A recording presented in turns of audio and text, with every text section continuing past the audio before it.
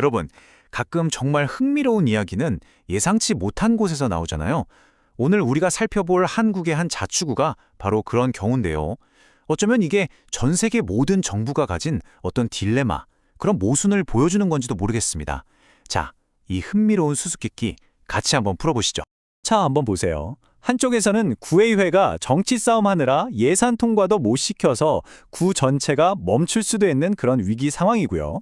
그런데 다른 한쪽에서는 바로 그 구청이 행정은 너무 잘한다고 전국적인 상을 받았다는 겁니다. 아니, 이게 어떻게 동시에 가능한 일일까요? 네, 이 기묘한 상황을 이해하려면 우선 그 정치 드라마의 현장, 구의회부터 한번 들여다봐야겠습니다. 그러니까 2025년 12월 말이었어요. 유성구 의회에서 내년도 예산안을 표결에 붙였는데 찬성 6, 반대 6, 딱 동수가 나와버린 겁니다. 결과는 뭐 당연히 부결이죠. 이게 결국 거대 양당 간의 아주 첨예한 정치적 대립으로 번지게 된 거고요. 자, 그런데 진짜 재밌는 건 이 모든 난리의 원인이 뭔지 아세요? 바로 예산 삭감 때문인데 그 액수가 고작 4억 700만 원이었습니다. 전체 예산이 8천억이 넘는데 말이죠. 비료로 따지면 여기 보시는 것처럼 0.05%, 정말 전체 1%는커녕 그야말로 쥐꼬리만한 금액이었던 거죠. 그러니까 이게 사실 돈 자체가 문제였다기보다는 뭐랄까 정치적인 자존심 싸움 그리고 정당 간의 어떤 감정적인 대립에 더 가까웠다고 볼 수 있는 겁니다. 결국 그 피해는 고스란히 주민들에게 돌아갈 수 있는 그런 심각한 위기 상황으로 치달았던 거죠. 자, 그럼 이렇게 정치인들이 발목을 잡고 있으니 구 전체가 마비 상태였을까요? 뭐 그렇게 생각하기 쉽죠. 그런데 바로 그 똑같은 시간에 유성구의 행정, 즉 구청에서는요, 완전히 정반대의 이야기가 펼쳐지고 있었습니다. 네, 바로 이겁니다. 의회가 예산 때문에 시끄러웠던 바로 그 시점에 구청 공무원들은 전국 단위의 상을 받고 있었던 거죠. 이게 그냥 상이 아니고요. 국민권익위원회가 매년 평가하는 공공기관 청렴도 평가라는 건데요. 여기서 종합점수 85.6점으로 전체 5개 등급 중에 무려 2등급을 받은 겁니다. 굉장히 높은 등급이에요. 더 대단한 건 이걸 2년 연속으로 유지했다는 점이죠. 아니 근데 그 방법이 정말 기발합니다. 그냥 부패하지 맙시다. 이런 구호만 외친 게 아니에요. 보세요. 데이터를 분석해서 어디가 취약한지 먼저 진단하고 청렴복권이라고 해서 법률 정보를 긁는 복권처럼 만들어서 나눠주기도 하고요.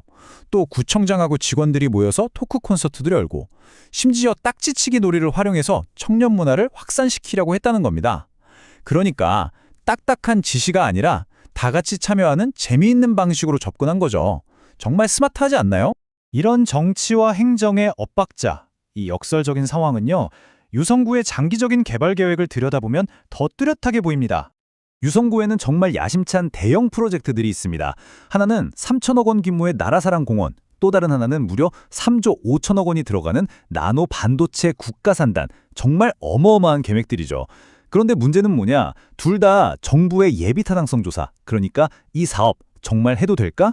하는 그 심사의 문턱을 넘지 못하고 계속 발이 묶여 있다는 겁니다. 그런데 말이죠.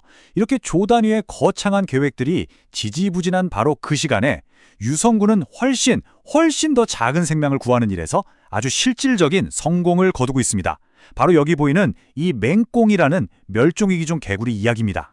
이 개구리들을 어떻게 구했는지 한번 보세요. 먼저 가뭄 때문에 산란지가 마르고 있다는 문제를 정확히 파악했죠. 그래서 일단 급하게 임시수도관을 설치해서 물을 공급했고요. 그러면서 중앙정부에서 4억 4천만 원의 예산을 따냈습니다. 이걸로 이제 영구적인 시설을 만들 계획인 거죠. 여기서 핵심은 뭐냐? 지역환경단체와 아주 긴밀하게 협력했다는 겁니다. 그러니까 수조 원짜리 프로젝트와는 완전히 다른 그림이죠.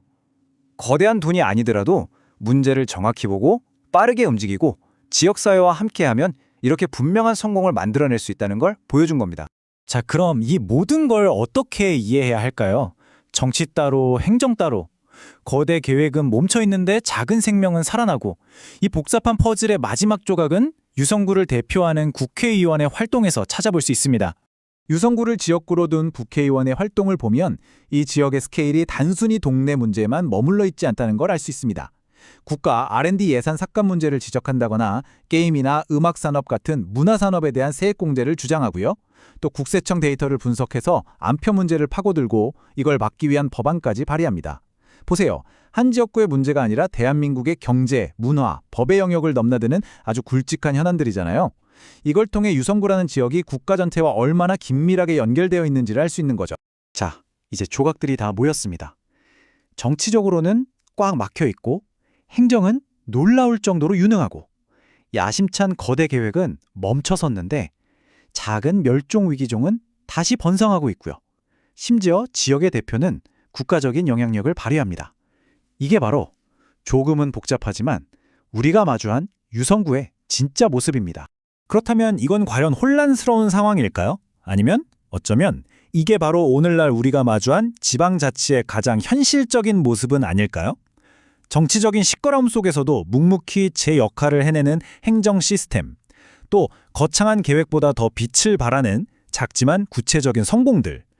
유성구의 이 역설적인 초상화는 비단 유성구만의 이야기가 아닐 겁니다. 어쩌면 전국에, 아니 전 세계의 많은 도시들이 이런 복잡한 균형 위에서 움직이고 있는 건지도 모르겠습니다.